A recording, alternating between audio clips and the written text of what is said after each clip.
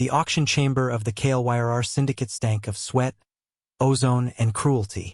Chains clinked as the latest lot was dragged onto the platform. A young alien girl, barely conscious, her skin marked with jagged burns and deep, unhealed wounds. Her four-fingered hands trembled, and one of her delicate antennae hung broken. The KLYRR crowd murmured, their slit-pupilled eyes glinting with the hunger of those who had come for blood sport or worse. This one, the auctioneer crooned, was taken from the ruins of Velith Prime. Her people resisted, and she paid the price. A rare specimen, perfect for private amusements.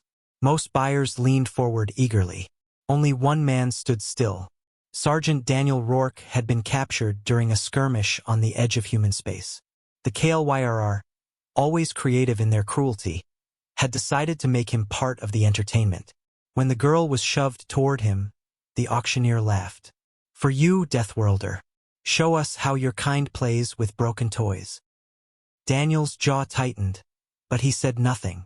He caught the girl before she fell, her weight far lighter than he expected. Her wide, glassy eyes flicked up to him, not with fear, but with the blank resignation of someone who had already given up. The guards expected him to shove her, hit her, or worse. Instead, he knelt, tearing a strip from his own shirt and pressing it against a bleeding wound on her side. "What are you doing?" one guard barked.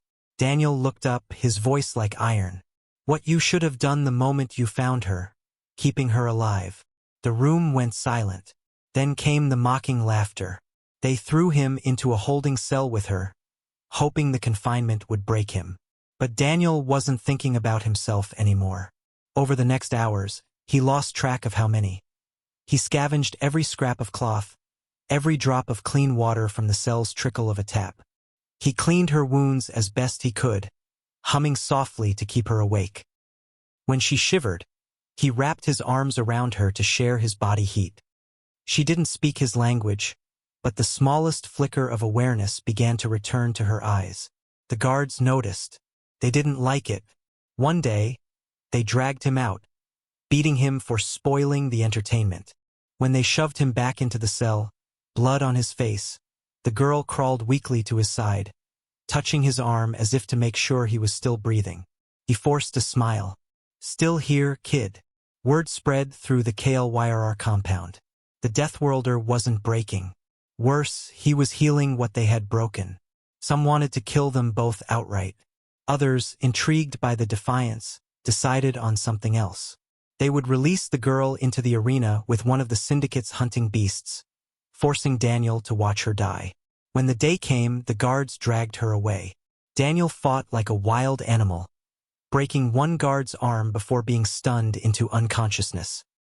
He awoke in the stands, chained, with the pit below lit by harsh floodlights. The girl stood alone, swaying on her feet. Across from her, a massive, six-limbed predator snarled, its armor-like scales gleaming. The gate clanged open. The beast lunged. Daniel didn't think. He moved. Chains snapped. Not from his strength alone, but from a flaw he'd been working on for days, weakening the links bit by bit whenever the guards weren't watching. He dropped into the arena, placing himself between the girl and the predator. The crowd roared. The beast struck, claws flashing. Daniel rolled under its first swipe, driving a jagged shard of metal into the joint of its forelimb. It roared in pain, and he used the moment to shove the girl behind a toppled barrier. "Stay down," he barked. She didn't understand the words, but she understood the tone. The fight was brutal. Daniel's arms and legs burned with every movement, his vision narrowing, but he kept moving, kept striking. Finally, with a roar of his own, he drove the shard into the beast's throat. Collapsed in a shuddering heap. The arena was silent for a heartbeat. Then the crowd exploded with noise, anger, awe, disbelief. Guards swarmed the pit, but something had shifted. The girl clung to Daniel, refusing to be pulled away. Some of the KLYRR warriors, silent in the stands, were watching with a strange new respect. Daniel's only words as they dragged him off were quiet, meant only for her. "You're going to make it, I promise." Later, in the chaos of a human rescue raid, Daniel found her again. She was in a medbay aboard the UTN Valiant, wounds treated, antenna splinted. When she saw him, her eyes lit with recognition. In a galaxy that had expected the Deathworlder to destroy, he had chosen to heal, and that was far more dangerous than any weapon they had imagined.